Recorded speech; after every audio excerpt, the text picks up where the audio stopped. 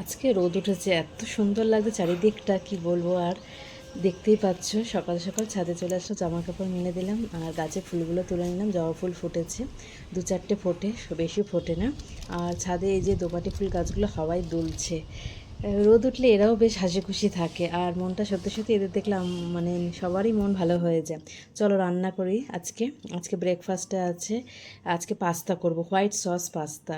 একটু গরম জলে নুন দিয়ে দিলাম আর একটু অয়েল দিয়ে দিলাম, রিফাইন্ড অয়েল। এটা জলটা ফুটে উঠলে পারে এই যে পাস্তাগুলো আমি দিয়ে দেবো। আর এটা সিদ্ধ হবে 7 মিনিটের মতো, খুব বেশি সিদ্ধ করার দরকার নেই। আর সিদ্ধ হয়ে গেলে ওদিকে আমি কিছু ভেজিটেবলসও কেটে নিয়েছি। আর ভেজিটেবলসের মধ্যে আমি গাজর, বিনস দেবো, তো তবে ক্যাপসিকাম আর যে যেরকম সবজি দিয়ে এটা তৈরি করে। তো আমি এইভাবেই করে, আর যে সেদ্ধ হয়ে গেছে এরপরে ওপরে একটু রিফাইন্ড অয়েল দিয়ে একটু নাড়াচাড়া করে রেখে দিলাম, নাহলে কিন্তু এটা যখন ঠান্ডা হবে না এটা শক্ত হয়ে যায়। কড়াতে বাটার দিয়ে দিলাম। আর হোয়াইট সসটা করব, এর জন্য 2 চামচের মতন ময়দা দিলাম। যতটা বাটার ততটাই কিন্তু ময়দা দিতে হবে, তাহলেই কিন্তু ভালো হবে। আর এখানে দেখো এই যে এটা মানে মিডিয়াম ফ্লেমে একদম নাড়াচাড়া করে নিচ্ছি, কন্টিনিউ কিন্তু নেড়ে যেতে হবে। আর এখানে দুধ দিয়ে দিলাম 1 কাপ, প্রথমে দিলাম, তারপর আবার একটু দিতে হবে 1 কাপ।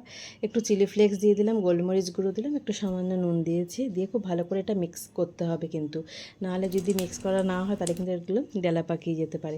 ওদিকে হোয়াইট সসটা রেডি হয়ে গেছে, রেখে দিলাম। এদিকে আবার কড়াতে বাটার দিয়ে দিলাম। দেওয়ার পর এই যে বিনস টুকরো করে রেখেছি, পেঁয়াজ আর গাজর যে যেরকম সাইজ পারো সেরকম কাটতে পারো, একটু রসুন কুচি দিয়ে দিলাম আর একটু কাঁচা লঙ্কাও দেবো। দিয়ে এটা খুব ভালো করে কিন্তু একটু নেড়ে নেবো। আর ঝালটা যেরকম খাবে তোমরা সেরকম দেবে, একটু নাড়াচাড়া করে নেবো, খুব বেশি এটা ভাজার কিন্তু দরকার নেই।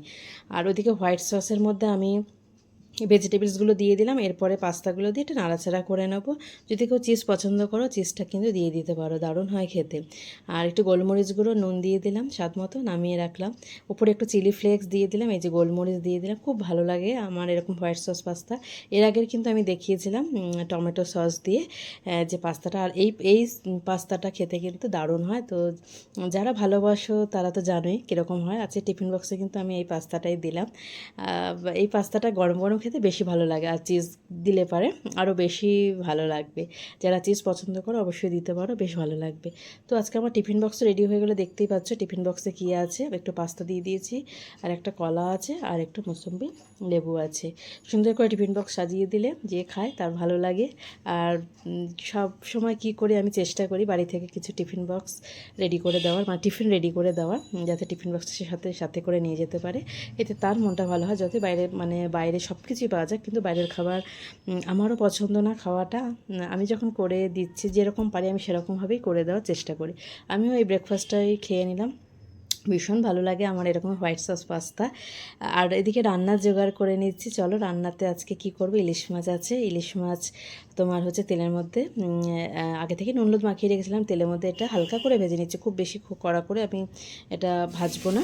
আর এদিকে আমি খুব বেশি মশলা না, কাঁচা লঙ্কা, জিরে আর হলুদ গুঁড়ো দিয়ে এটা মিক্স করে নিলাম, মশলা পেস্টটা।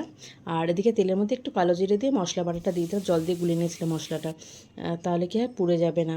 আর একটু জল দিয়ে দিলাম, আর একটু গাটি দিয়েছি আমি, গাটি কচুটা আগেই ভেজে রেখেছিলাম, আর দিয়ে মাছটা দিয়ে দিলাম।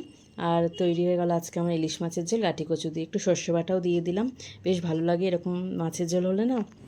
তো আমি তো ইলিশ মাছে নানা রকমভাবে রেসিপি করি, শুধু একরকম বেগুন দিয়ে বা গাটি কচু দিয়ে করি না, আমি সব রকম রেসিপি মানে করার চেষ্টা করি। ভালো লাগে বেশ, এক এক রকম রেসিপি খেলে ভালো লাগে, তাই চেষ্টা করি, স্বাদ বদল হয় এই আর কি।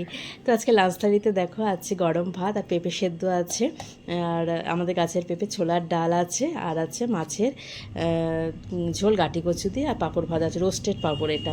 আমি পাঁপড় ভাজলে পরে বেশিরভাগ সময় কী হয় একটু সেঁকে নিই। হ্যাঁ, এটা খেতে বেশ ভালো লাগে। তো আর ভিডিওটা তোমাদের কেমন লাগলো অবশ্যই জানাবে, আর অনেক অনেক ধন্যবাদ ভিডিওটি দেখার জন্য। সবাই